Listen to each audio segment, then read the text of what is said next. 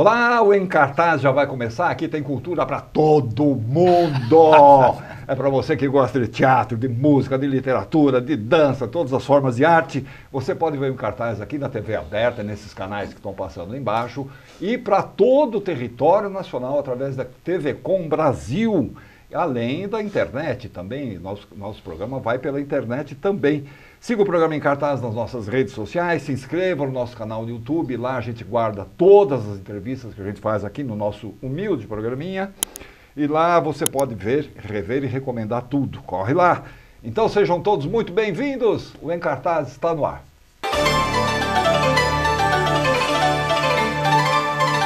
Há mais de 30 anos, há mais de 30 anos, eles seguem acreditando na criação coletiva, no poder do riso e no diálogo com o público. Nossa, que apresentação chique, hein? Foi bonito, hein, Atílio? Senhora, fiquei até arrepiado.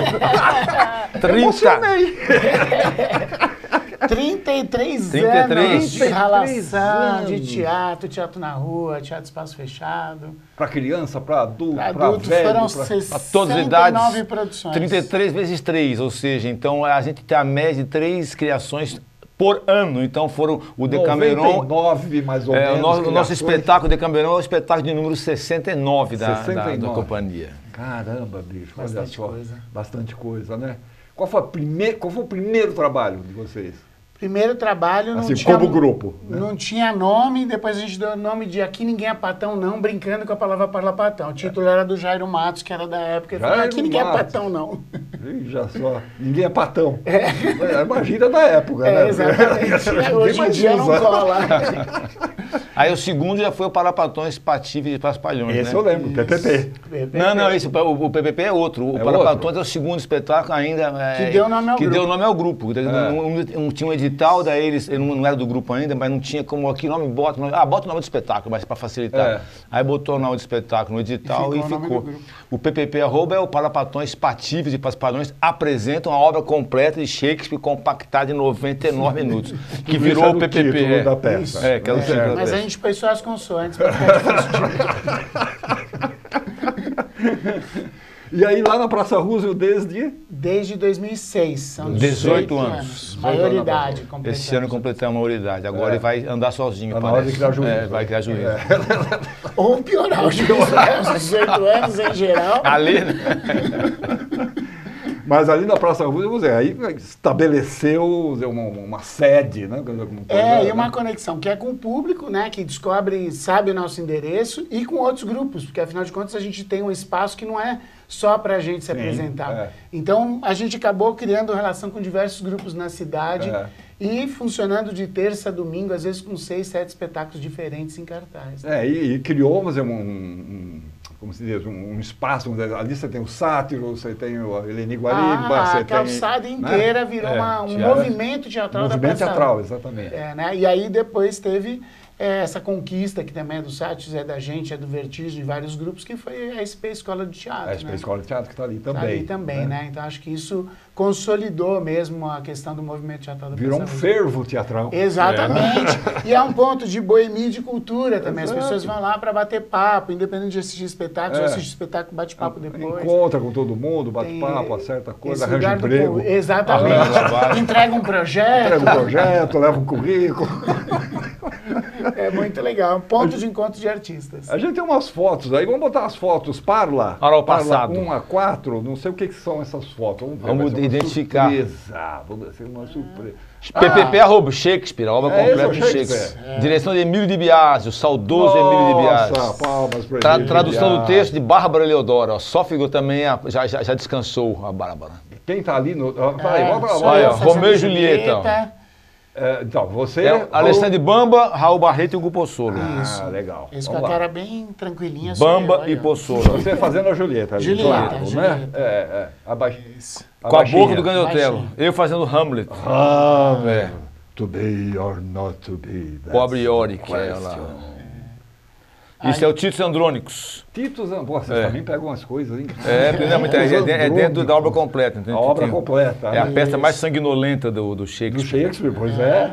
Cleópatra. Oh, maravilha! Antônio e Cleópatra, também Shakespeare. Ali somos nós. As fotos do nosso fotógrafo oficial, Luiz Doro Neto, que é um grande fotógrafo, fotografou muito esporte. Então, aquele momento do esporte, no teatro, ele trouxe aquela experiência no esporte para captar aquele um momento. Né? Muito, muito bacana. E é legal a gente estar falando do Shakespeare, porque agora com o Decameron, a gente está nesse ambiente aí clássico, né? Então é bacana, porque a gente já passou por Molière, por Shakespeare, já passou pelo Rabelais. E agora estamos aí com o Giovanni chamava do Rabelais? Pantagruel. Claro, Pantagruel. Agora Decameron.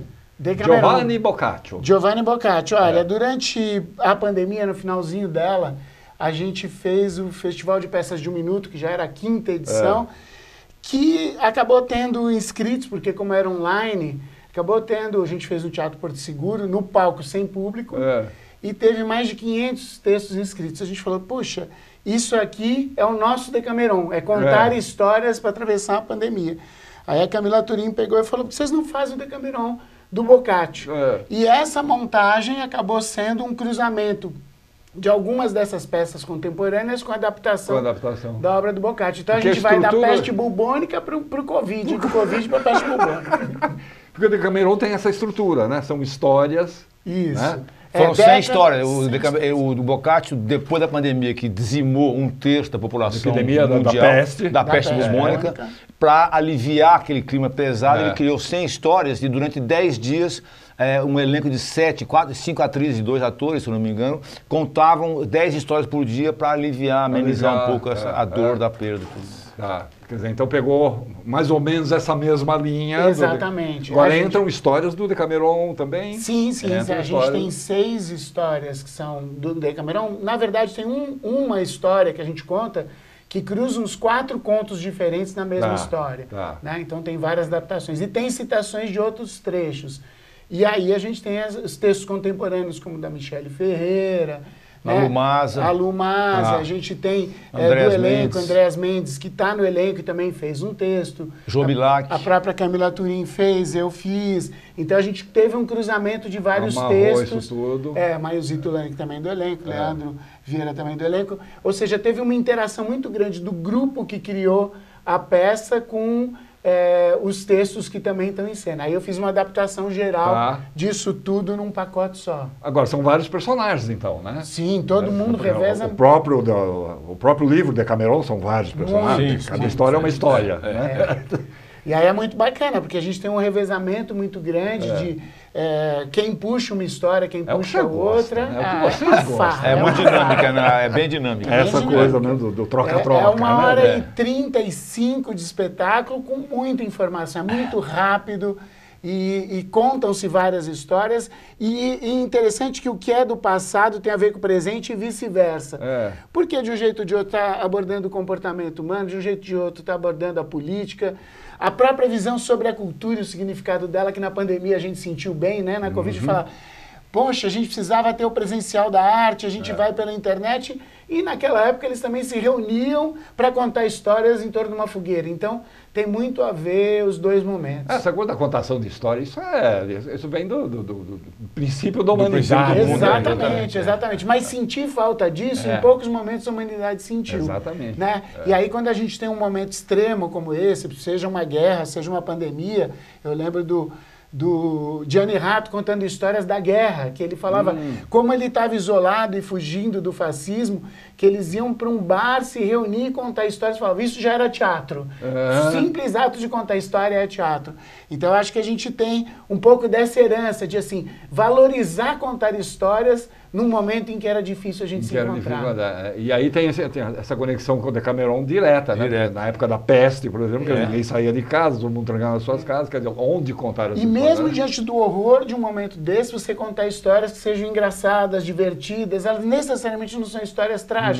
Algumas podem ser, a gente tem no Decameron umas 2, 3 histórias. Tem umas 2 mais pesadas, assim, mais violentas. Tem a história da Latiel, que é a história de uma princesa oriental, que o pai diz que ela viveu 9 noivados, ela viveu 9 estupros.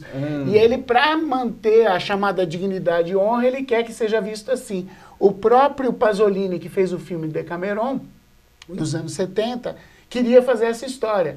A gente nem sabia, quando deu de cara com essa história e falou, essa história a gente tem que contar na peça. Porque tem muito a ver com os movimentos que aconteceram e se fortaleceram depois da pandemia, os movimentos identitários todos, o feminismo, o Me Too.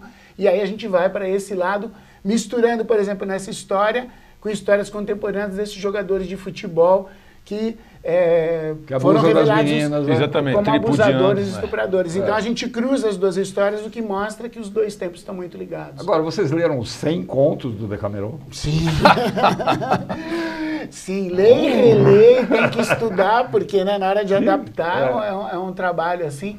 Mas eu acho, até na minha experiência como dramaturgo, cada vez isso fica mais divertido e gostoso. Eu passei junto com o Mário Viana pelo Pantagruel e Gargantua, do Rabelais, que já adaptou Don Quixote. Né, Don Quixote também, que eu fiz com o Pia Fraus, o Farsa Quixotesca, que depois os Parapatões fizeram junto, quando a gente fez turnê internacional, a gente teve junto com o Pia Fraus também. Então, assim, acabou virando um fluxo meu de leitura desses clássicos, no sentido de ler para adaptar. E isso é muito legal, porque ler com essa visão também da palhaçaria. Da palhaçaria. Né? Agora, tem uma ocupação. Me fala da ocupação. Fala, Barreto, como é que foi a ocupação? A Ocupa Decameron, então, porque eram 100 histórias. Então a gente fez as nossas 100 histórias e a gente tinha, como a origem do grupo inicial é a rua, a gente nunca abandonou a rua e a rua nunca nos abandonou. Então a gente queria testar com o público ao vivo, na rua, essas histórias e não aquele público específico de teatro. Que vai ao teatro. Exatamente. Então a gente Enquanto você vai falando aí, a gente vai mostrar umas fotos. A gente pegou então... Vai contando. Fizemos durante 10 dias, fomos contando 10 histórias por dia para a população de São Paulo. Em lugares diferentes. Em lugares, Escadaria do Municipal, no Parque Augusta. As mesmas 10 histórias? Ou não, 100 histórias, para completar 100.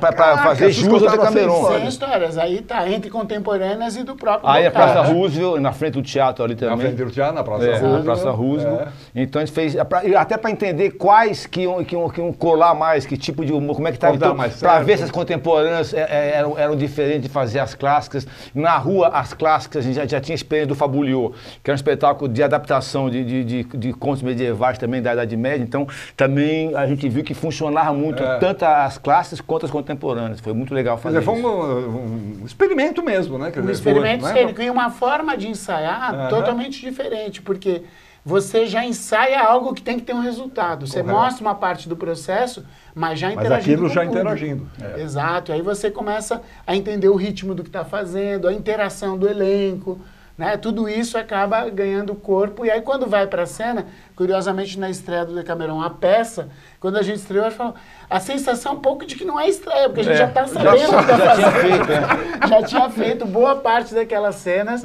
naquela disposição. Vamos ver as fotos do Decameron, quero ver fotos, adoro ver fotos. Quem tirou as fotos? Luiz Doro. Luiz Doro também.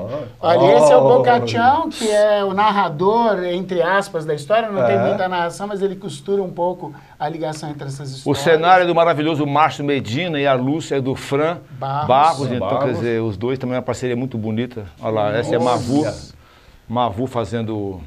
Isso aí é a cena, como é que eles conseguem? Ela, uma atriz preta, interpretando uma socialite branca, comentando as mazelas da pandemia. As mazelas da pandemia. Então vai uma forte ironia aí, porque a população preta foi muito mais atingida pela pandemia do que a população branca. Essa aí é a história da Bartolomeia, que junta 3 contos num só, que é uma personagem que se disfarça. Aí a Camila está disfarçada de um doutore que está tentando curar o rei, que eu estou fazendo ali, o rei Gabriotto. Adorei o cetro dele. O cetro da banana. Poder da reputa das bananas. Isso. E é um rei que está incomodado de ser engraçado, ele gostaria de ser levado a sério. Ele acha que é palhaço, imagina isso. Aí eu estou fazendo um governador no discurso. Esse é o texto da Michele Ferreira, que fala sobre a tempestade, fala sobre enchentes, queimadas, imagina, né? E é o governador achando que está falando uma coisa interessante. Está caindo em contradição. Raulzão aí na praia. Que Tadeu Pinheiro comigo ali, dividindo a carroça. Isso. Como se estivessem tomando um banho de sol na carroça, mas na verdade estariam na praia, festejando e carnavalizando um pouco. Tem um espírito aí também. Tem umas caveiras ali atrás. Então, no Decameron tinha o Boccaccio, tinha essa carroça carregando caveira, eram muitos mortos, né? Então tinha essa imagem, os cadáveres todos. Isso, o livro começa assim, o filme do Pasolini também, a gente optou por isso. Aí são dois personagens de idade diferente, o mesmo personagem de idades diferentes. Então, eu faço o Maceto, que é o personagem que está velho, contando a história do Maceto jovem. Então tem essa troca de tempos aí também. Que ele contando a própria história dele para ele quando ele era jovem. Exatamente, entrando em contradição um com o outro, né? Eles entrando em contradição. Esse também é a cena da Tempestade, que amarra com a cena final, que é escrita pelo Jobilac, que eles, no meio dessa cena, eles falam, não tenho medo de cometa. Não, tá vindo um cometa aí. Que é essa sensação de ameaça que a gente tem na humanidade sempre. Se é uma peste, é uma guerra, é uma ameaça de destruição sempre um perigo à espreita. Né?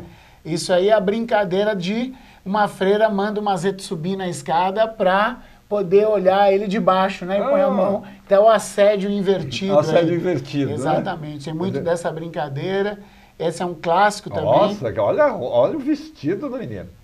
Aí tem um clássico que é a história da Peronella, uma história também contada pelo Pasolini no filme, em que ela tem um caso com o padre e engana o marido. Né? Isso era muito comum nas histórias do Decameron, do Boccaccio.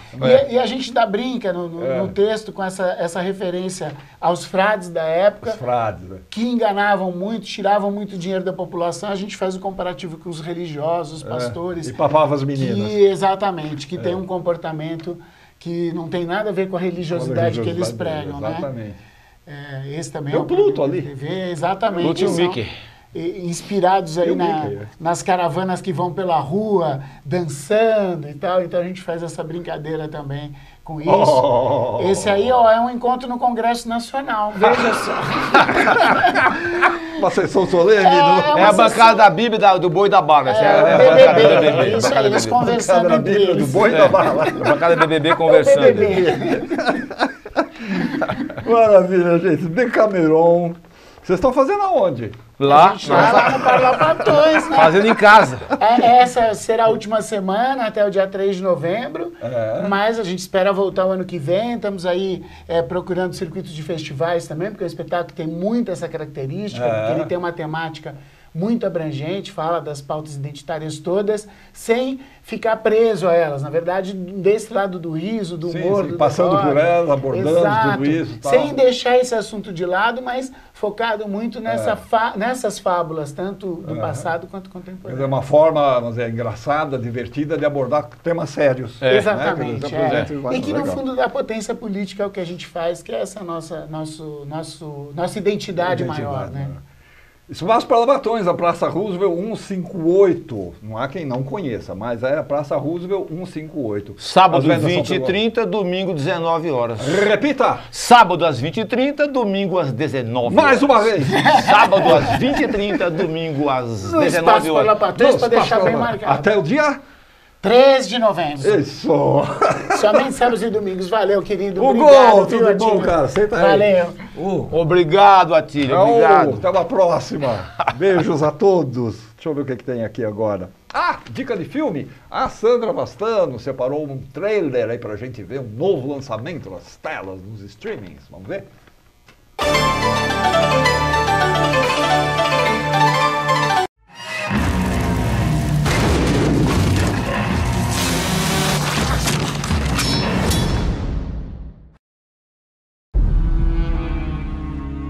Ninguém imaginava uma coisa dessa. Dona Amanda. Onde é que tá meu pai? Acho que ninguém pode fazer mais nada. Nem na cidade. Se eu fosse tu, eu ia embora daqui.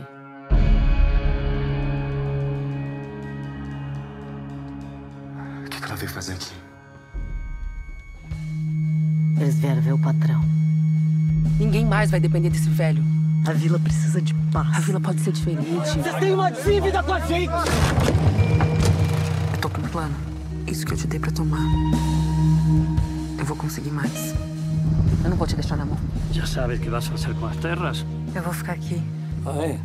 As terras são minhas. Se te fez de mal, se tomou. Não. Se te fez de mal. Muchas cosas se hacen de nuestra manera. Tú no puedes imaginar todo lo que pasamos. melhor vocês trancarem a porta hoje.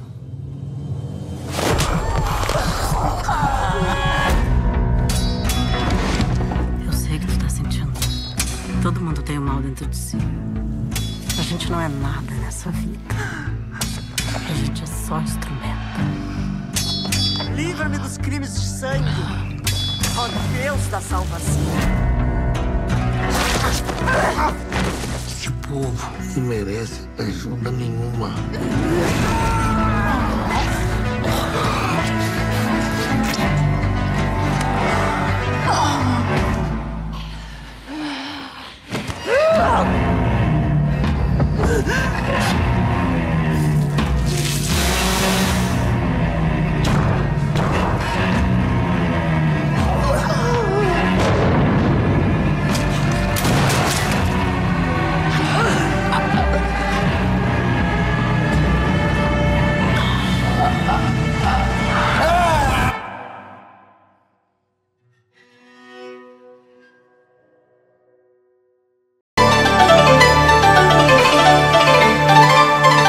Ao longo dos anos, as mulheres vêm conquistando seu espaço. Hoje podemos traçar o nosso caminho e tomar as nossas decisões. Cortar o cabelo do jeito que você gosta, usar o que te faz bem, estar bem consigo mesmo é fundamental. Mas ainda precisamos de força para enfrentar os desafios do dia a dia. E para ter força, antes de qualquer coisa, temos que olhar para nós mesmas. Conhecer a si mesma é a melhor forma de aprender a identificar quando algo não está certo. O câncer de mama e o câncer do colo do útero são 2 dos tipos mais comuns entre as mulheres no Brasil. Mas existe prevenção e tratamento para eles. Por isso, é importante se cuidar o ano inteiro. Mulher, seu corpo, sua vida. Ministério da Saúde, Brasil, União e Reconstrução.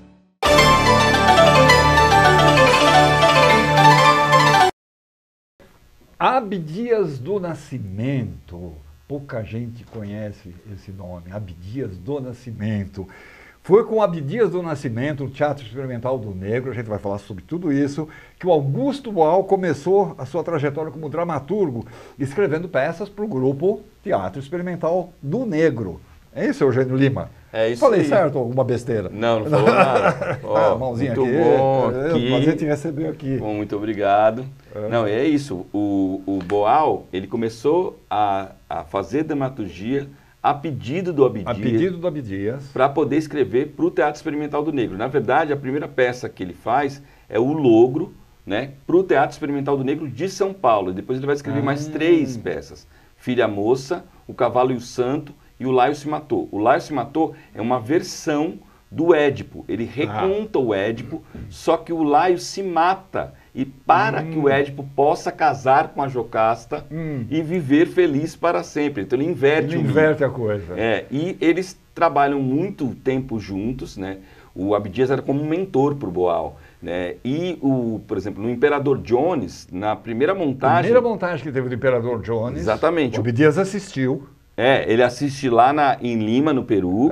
Depois ele vai para Argentina, fica um tempo na Argentina, estudando teatro. Aí ele volta para o Brasil, é preso porque ele desertou no exército, ele fica preso no Carandiru e começa a fazer teatro dentro do Carandiru, o teatro do sentenciado. Aí em 44 ele sai, né, em liberdade assistida.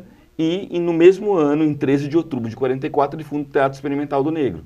Mas na montagem de 45 do Imperador Jones, o Boal está lá assistindo. Está lá assistindo. Entendeu? Então tem uma história que o Abdias ficou revoltado, porque ele viu essa montagem, não sei se é essa que você mencionou, lá de Lima, que o ator era um branco pintado de preto, blackface, né? Que era muito comum.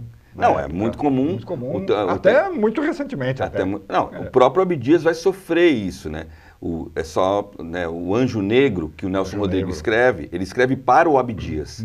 E era para o Abdias fazer a peça. E o Zerbinski, em 62, prefere pintar um ator branco de preto a dar o papel do Abdias. Pro Abdias. Então, o nome do ator era um ator até famoso na época, Gui.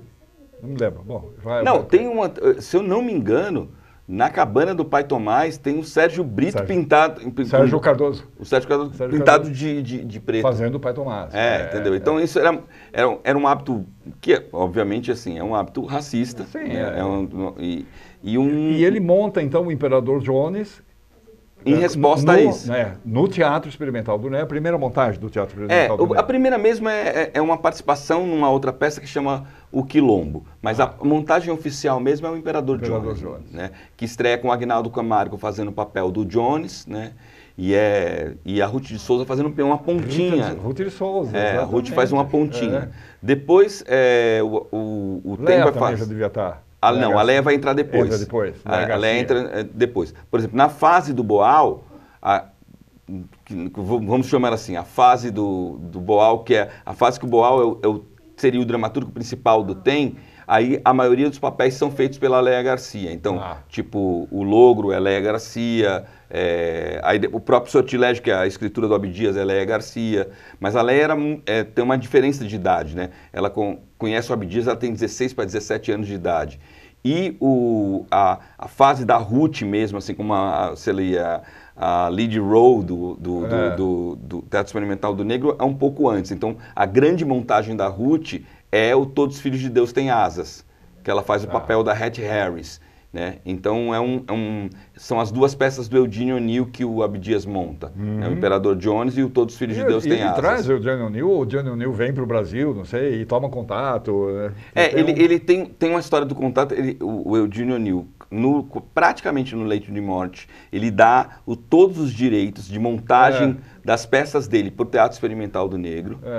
E tem uma parceria que vai se desenvolver muito grande do Teatro Experimental com o Negro, o Teatro Experimental do Negro, com vários autores americanos. Então, por exemplo, o Boal, ele leva uma carta do Abdias para encontrar com Langston Hughes, lá no Harlem, nos anos 50. E ele consegue a autorização para eles montarem o Mulato. E a primeira tradição do Mulato é do Boal. Né? Depois tem a história do Calígula com Camille. Camille vem para o Brasil e vai assistir um ensaio. Aí eu fico falando, mano, que grupo de teatro pode dizer que teve um prêmio Nobel assistindo o seu ensaio? Não era nem a peça, era um ensaio. Deu de contar nos dedos no mundo, não é só no Brasil.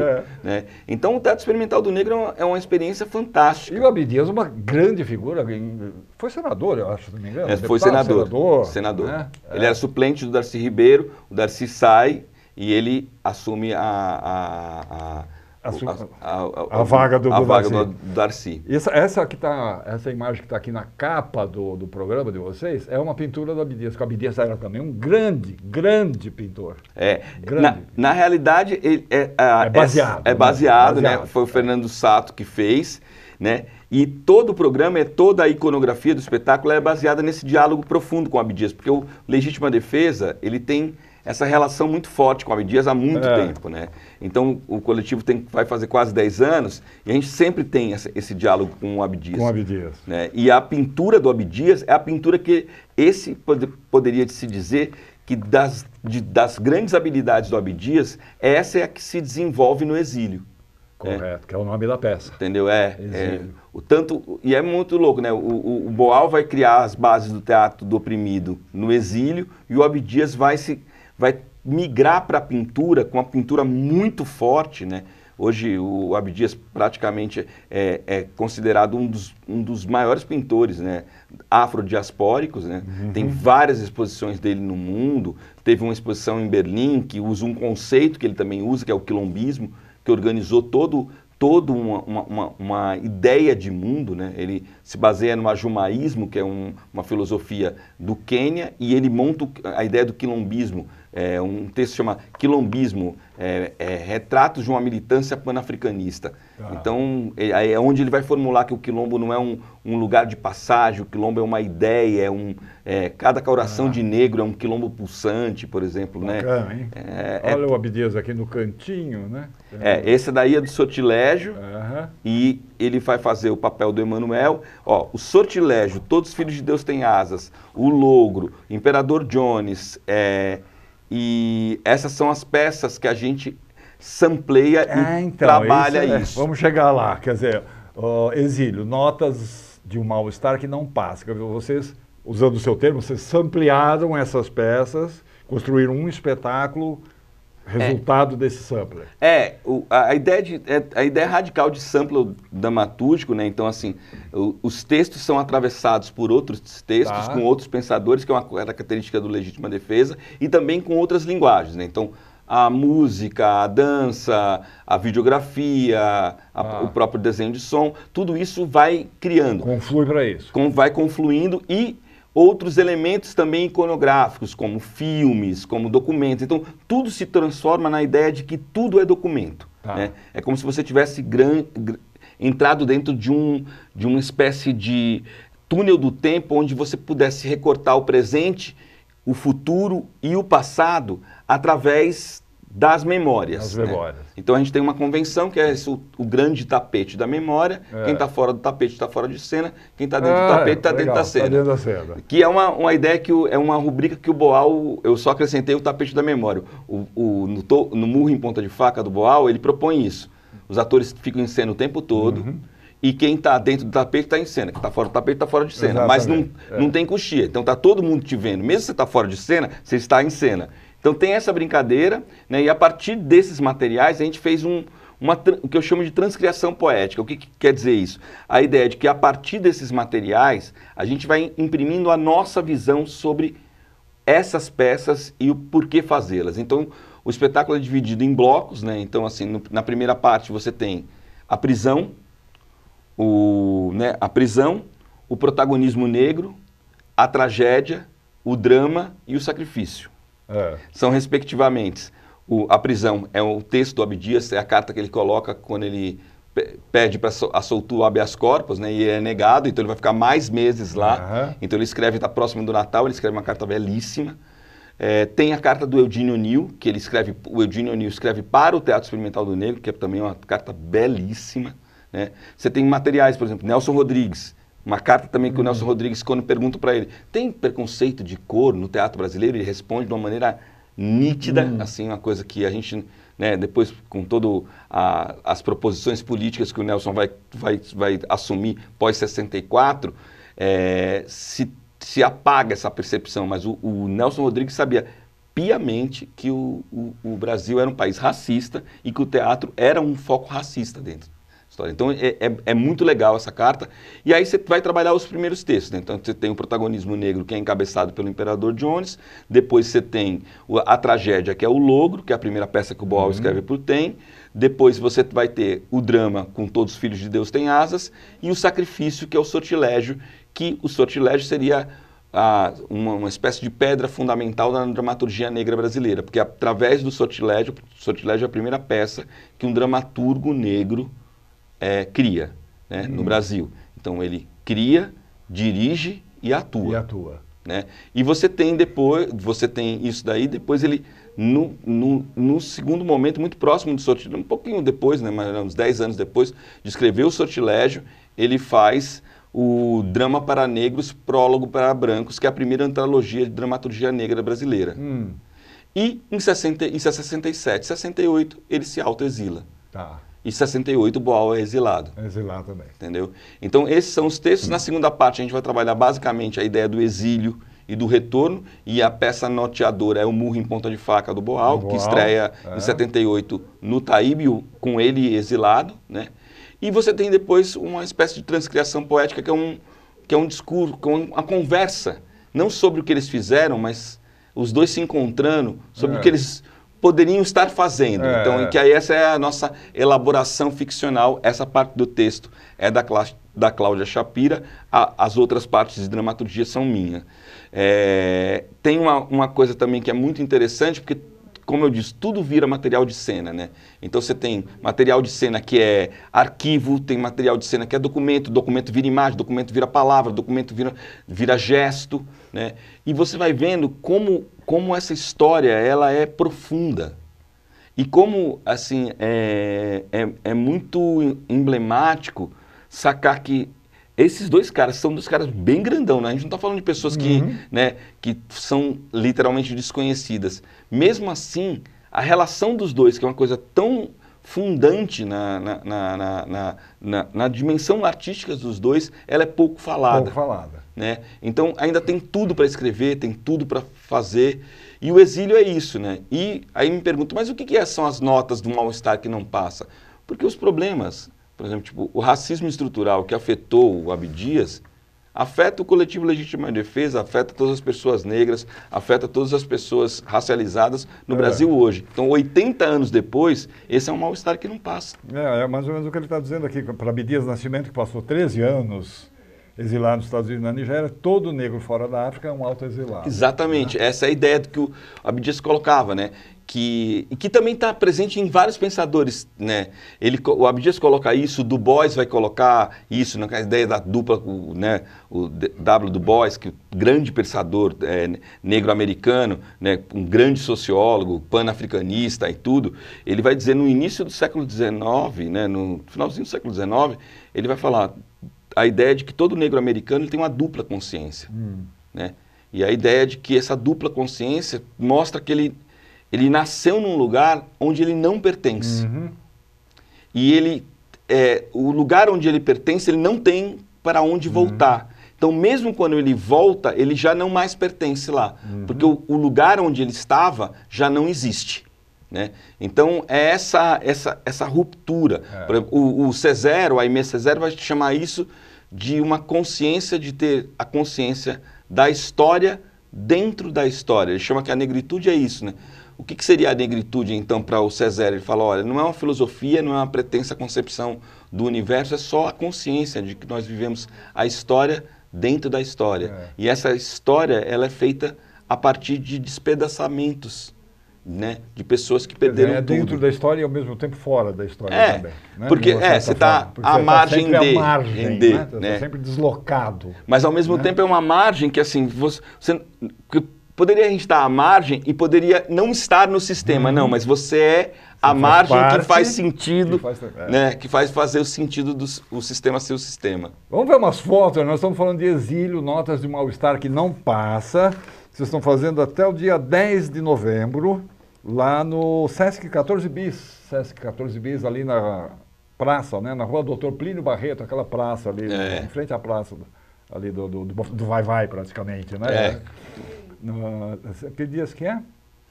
Quinta, sábado às 8 e domingo às 6 da tarde. Exatamente. Cadê as fotos para a gente ver?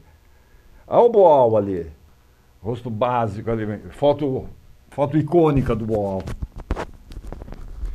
Eu estou vendo ali, vamos dizer, música acompanha a peça o tempo todo? Como é que é a coisa? O tempo todo. A peça, ela é uma metalinguagem, né? Ela é a gente ensaiando... Que estou vendo ali uns equipamentos, um samplerzinho... São vários processadores, assim, mas a ideia tem música o tempo todo. E é como se a gente estivesse no ensaio. É como se fosse uma mixtape. Eu estou discotecando o tempo todo. Discotecando o tempo todo? O tempo todo, todo o tempo. Só que cada universo abre para uma dramaturgia diferente. Né? E que vai desde, tipo, Billie Holiday até Racionais, de Philip Glass até... Tudo sempre retransformado, né? Até Marvin Gaye. Então, I don't have time to do anything. Aí a gente tem esses recortes, esses cruzamentos, né? E esses recortes. E é tudo muito agudo, né? Tipo, agudo não no sentido da sonoridade, mas são o Abdias e o Boal. E o Boal, tá. Essas fotos são todas da leitura que a gente fez, que deu origem ao espetáculo. Essa aqui não, essa aqui é a segunda leitura. Mas naquela foto passada era a leitura que a gente fez no Taíbe, né? Na Casa do Povo. Na Casa do Povo. Porque a nossa sede é na Casa do Povo, né? A gente é povo da casa e, portanto... Mas isso aí foi uma das primeiras... E aí é uma pintura do Abdias, né? Isso aí já sampleado da gente no recorte do próprio Améfrica, que é um espetáculo anterior ao exílio, do coletivo, e a gente utiliza essa imagem, a gente utilizou essa imagem para dar... E aí o exílio, a ideia, né? É isso, né? São 6 performances. Nessa montagem eu ainda estava no palco. E aí eu me desloco para dentro da plateia. Então a direção ela está ao vivo, mas ela está na plateia. E toda a equipe técnica também está à vista, então a gente faz como se fosse um ensaio ao vivo. Ao vivo. Entendeu? E com todas as marcações de ensaio e o teatro nu para poder contar essa história. Porque é uma história de uma tentativa, né? É uma impossibilidade, porque você não tem como... É como Em Busca do Tempo Perdido do Proust, entendeu? Eu não tenho como acessar o passado real. Se você pensar, provavelmente, é muito pouco provável que ainda talvez, pessoas que viram a estreia do TEM em 45, tem que ter, no mínimo, 90 e tantos anos. Né? Então, são poucas pessoas. Por exemplo, peças mais misteriosas, como o Logro, que é de 52, entendeu? Estreou no João Caetano. As pessoas nem lembram. Caetano do Rio. Não, aqui. Aqui? Aqui em São Paulo. No João Caetano, lá na Vila Mariana. E poucas pessoas... por exemplo, eu nunca conheci nenhuma pessoa que tivesse visto essa montagem, entendeu? Então é um mistério mesmo. Exílio, Notas do Mal-Estar que não passa. Então é de quinta a sábado às 8 da noite, domingo às 6, no Sesc 14 Bis, Rua Doutor Plínio Barreto 285. Os ingressos pelo site do Sesc e tal, né? Até o dia 10 de novembro. Haroldo Costa deve... acho que é um dos poucos remanescentes. Não, o Haroldo sim. O Haroldo, dos poucos remanescentes da época do teatro experimental dos, vamos dizer, que estão vivos, é um dos poucos mesmo. É um dos poucos, né? Porque a Léa Garcia já foi. Já foi, Ruth já foi, Abdias também. Aguinaldo morreu já há muito tempo. Jovem, Eugênio, prazer, cara. Prazerzão. Um abraço para todo mundo lá. Muito obrigado. Sucesso para vocês. Muito obrigado. Deixa eu ver o que tem agora. Vamos ver o que está em cartaz por esse nosso imenso país. É a Agenda Brasil.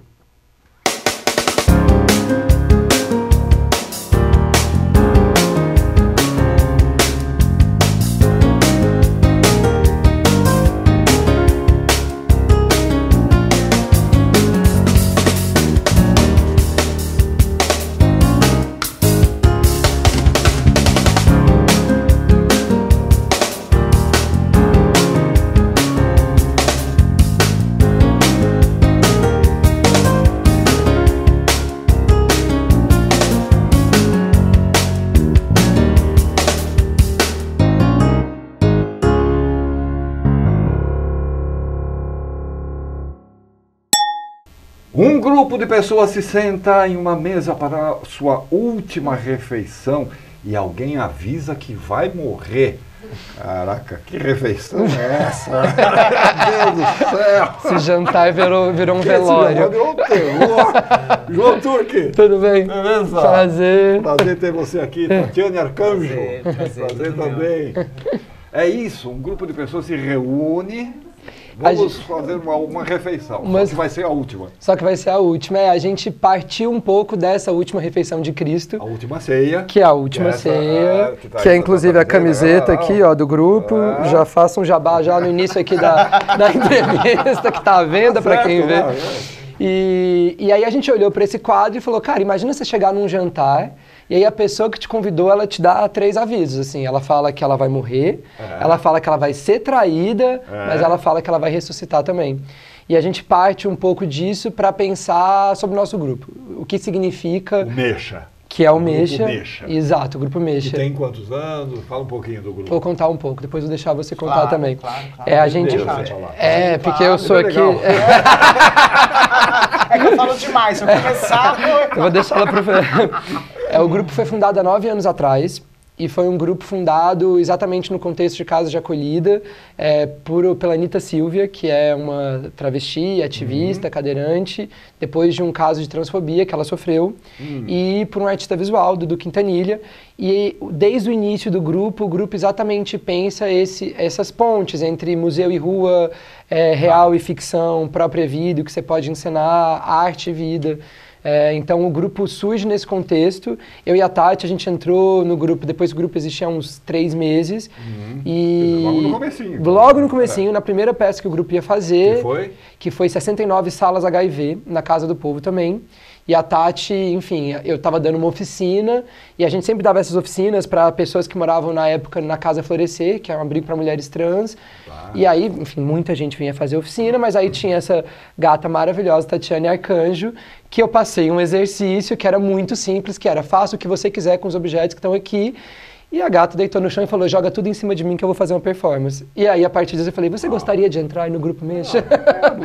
Abusada. Foi assim, não foi? Eu me lembro também do primeiro convite que eu recebi, né? Porque, por incrível que pareça, também do primeiro centro de acolhida para mulheres transexuais. Né, no Brasil. No Brasil.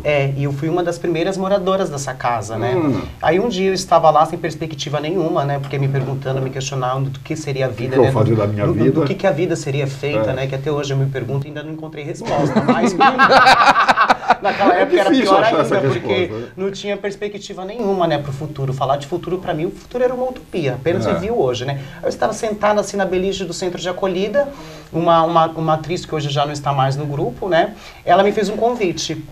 E ela falou, Tati, eu tenho um convite para te fazer de uma peça de teatro, né, o 69 HIV, e na Casa do Povo, eu acho que tem tudo a ver com você.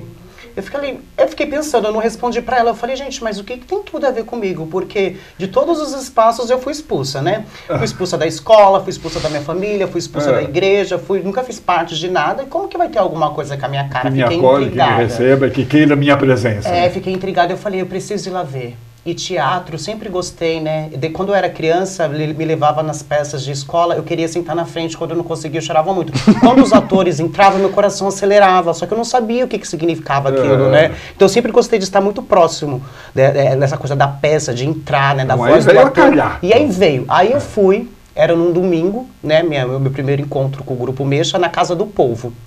Casa do Povo. Depois a gente vai falar um pouquinho da Casa do Povo, né?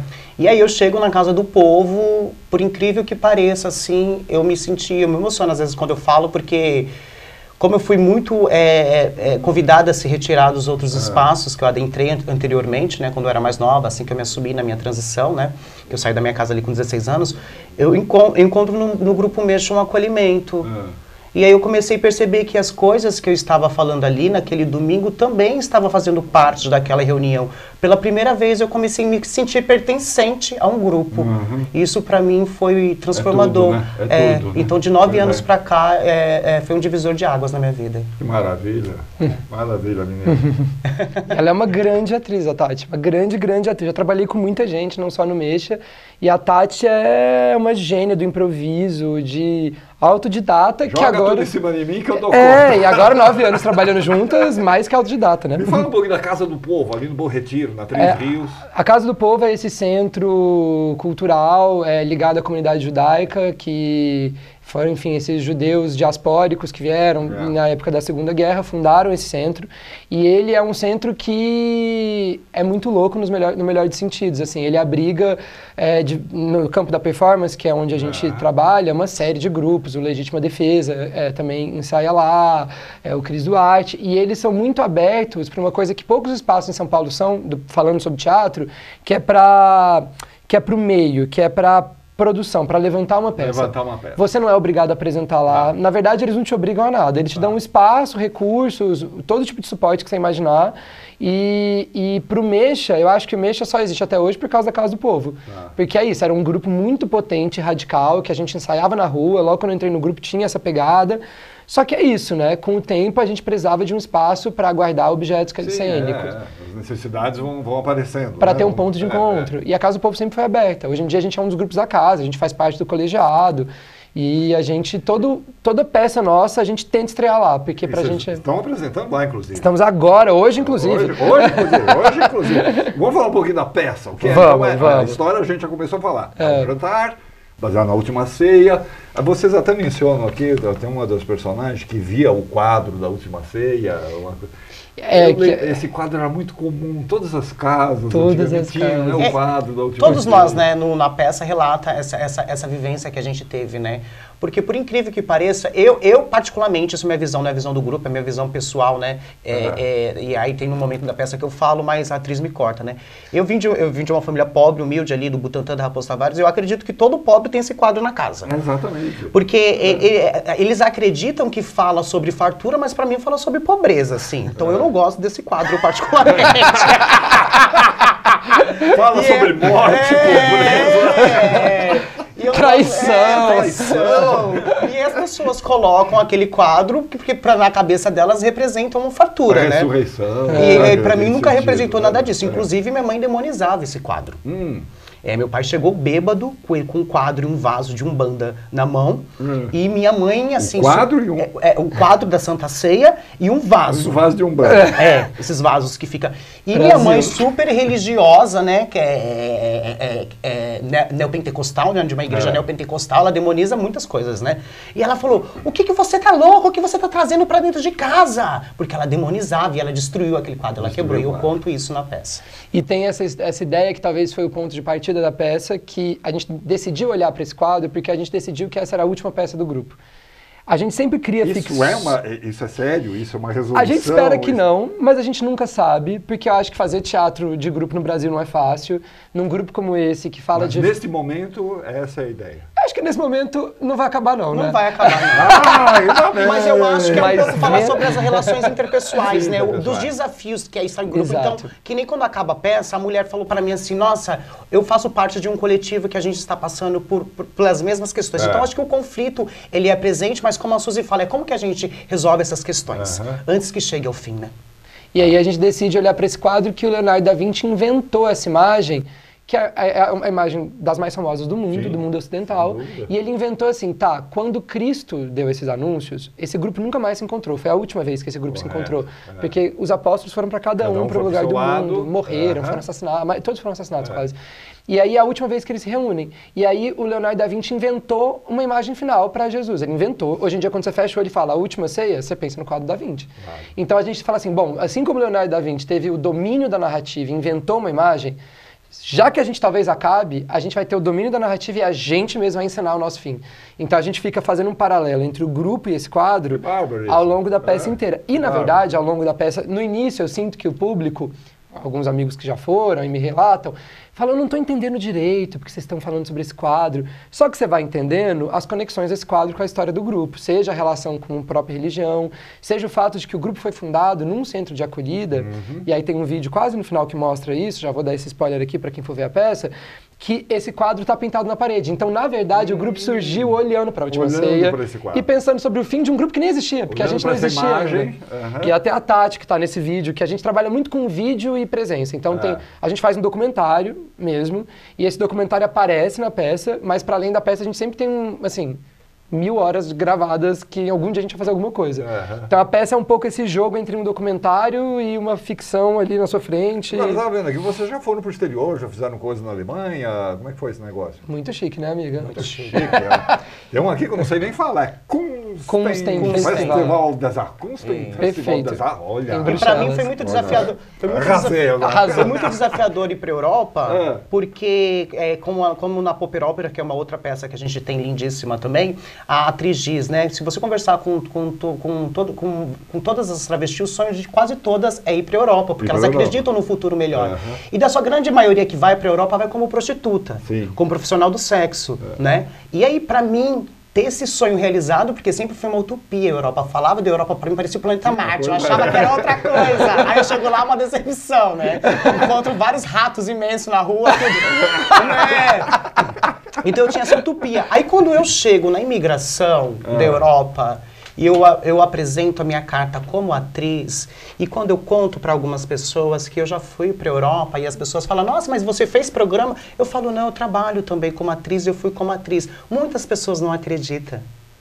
Porque muitas das vezes para travesti não existe essa narrativa, essa possibilidade. Então, para mim, é quase um caminho único, né? Para mim e para as outras travestis do grupo, que são mais, né? A sua grande maioria do grupo são mulheres transexuais e travesti, né? Foi um presente da vida e uma forma de humanização. Então, é como se, de alguma forma, a minha humanidade fosse legitimada. Eu atravessei esse oceano com uma profissão. Eu estou entrando nessa Europa que colonizou a gente anos atrás, mas como gente, sabe? Como atriz. Então maravilha, isso é muito importante. Então, vocês já foram para lá, foram para a Alemanha, outros lugares também? A gente foi Alemanha, Portugal, Bruxelas, com Suíça. essa peça ou com outras? Com a outra peça, com a nossa peça anterior, a gente fez 2 turnês internacionais. E essa a gente estreou fora do Brasil. A gente estreou no Kunsten, esse festival em Bruxelas. É um festival de performance super interessante e eles foram um dos coprodutores, eles comissionaram a peça. Então a gente apresentou lá na Suíça e na Alemanha, nessa turnê agora. E é isso, estamos negociando uma turnê para o ano que vem. E aí vocês estão fazendo até o dia 3 de novembro, lá na Casa do Povo, na Rua 3 Rios, 252, no primeiro andar. Isso. O teatro não está funcionando, né? Até tá ali o teatro, mas acho que a gente chegou a cogitar em fazer a peça lá, mas tem uma situação de infiltração que eles estão resolvendo e a gente ficou pensando, pô, acho que vamos fazer lá onde a gente já ensaia mesmo. E é uma sala, então? É uma sala com... É gigante. É um espaço não convencional. É mesmo? É maravilhoso, assim. Quem não conhece, até se não gostar da peça, eu diria para ir para conhecer o espaço. Que é um segundo andar inteiro vazio, como se fosse um grande galpão modernista, assim... As colunas... É maravilhosa, é tudo de vidro, então você está, na verdade, numa sala gigantesca, a maior sala que a gente já se apresentou, assim, aí a gente, enfim, aí tentou fazer uma coisa meio, fez uma arquibancada, mas na verdade o espaço é maior do que o que a gente conseguiu transformar de teatro dele. E isso entra na peça, porque, enfim... E às vezes vocês fazem em forma de arena? Como é que Não, é frontal, é arquibancada, e um palco, que depois você entende que o palco, na verdade, é o cenário, porque tem esse palco que parece um púlpito e a peça começa ali, mas na segunda parte da peça, isso que você achou que era só um palco, vira uma mesa. E aí começa um jantar é servido. E aí o público senta na mesa, então tem esse movimento de saída. O jantar é com todo mundo. E é comida de verdade, né, Tati? É uma ceia mesmo. É uma ceia, todo dia a gente faz um vídeo, uma foto de quem terminou essa ceia com a gente. Que bárbaro. Esperando e o que não seja entra em cena junto com a gente, né? Que sempre foi uma marca muito registrada nossa, né? Dessa interação nossa com o público, por isso quem gosta mesmo, porque tem pessoas que não gostam, né, de teatro interativo, né? Então, foge da gente. Só corre da gente. Ou então tem pessoas que vai ali, mas já sinaliza que ele não curte brincar e tal, então a gente sempre respeita também, né? Mas é muito gostoso essa interação, né? Dessas 30 pessoas virem, sentar à mesa e ceiar com a gente. E tem uma representatividade muito forte. E a peça rolando. E a peça rolando. E aí eu jogo cartas também durante esse jantar, olha, eu contando a peça. Eu já contei tudo aqui. A nossa assessora de imprensa, a Márcia, falou que eu não posso esconder. A Márcia, nossa assessora de imprensa, falou que eu não posso esconder nada da peça, que hoje em dia tem que... Então eu já tô contando tudo. Muito bem, gente, que legal. A última ceia, Casa do Povo, lá na Rua 3 Rios, 252. Os mais antigos vão lembrar, onde tem o Teatro Taíbe. Exatamente. Teatro da Associação Israelita Brasileira. Exatamente, foi isso mesmo. Taíbe, né? Assisti muitas peças lá. Ai, meu sonho. Muitas coisas do Guarnieri, Outra Partida. Que legal, que legal que você... De quinta a sábado, às 8 da noite, domingo às 7. Corre, gente, é só até dia 3 de novembro. Depois vocês param com a peça ou vocês vão... A gente não, aí a gente até depois apresenta a nossa peça anterior, um festival em Belém. Mas essa peça, vamos ver o que vai acontecer depois da temporada com ela. Que sempre é assim, né? Você coloca no mundo e espera que ela continue no mundo. Tá certo, é isso mesmo, tá bom. Olha, um grande prazer ter você. Prazerzão, foi ótimo. Obrigado aí pela conversa. Ótimo. Adorei te ver. Adorei te ver. Adorei tua história. Eu amei te ver. Eu amo essa música. Eu amei te ver. Gostou aqui? Obrigado. Tudo de bom. Valeu. Obrigado. Gente, obrigado a todos que nos prestigiaram até aqui. O programa está acabando. Não se esqueça de seguir as nossas redes sociais, Facebook, Instagram, YouTube. Todas as entrevistas ficam lá no YouTube. E a gente volta na semana que vem. Beijos.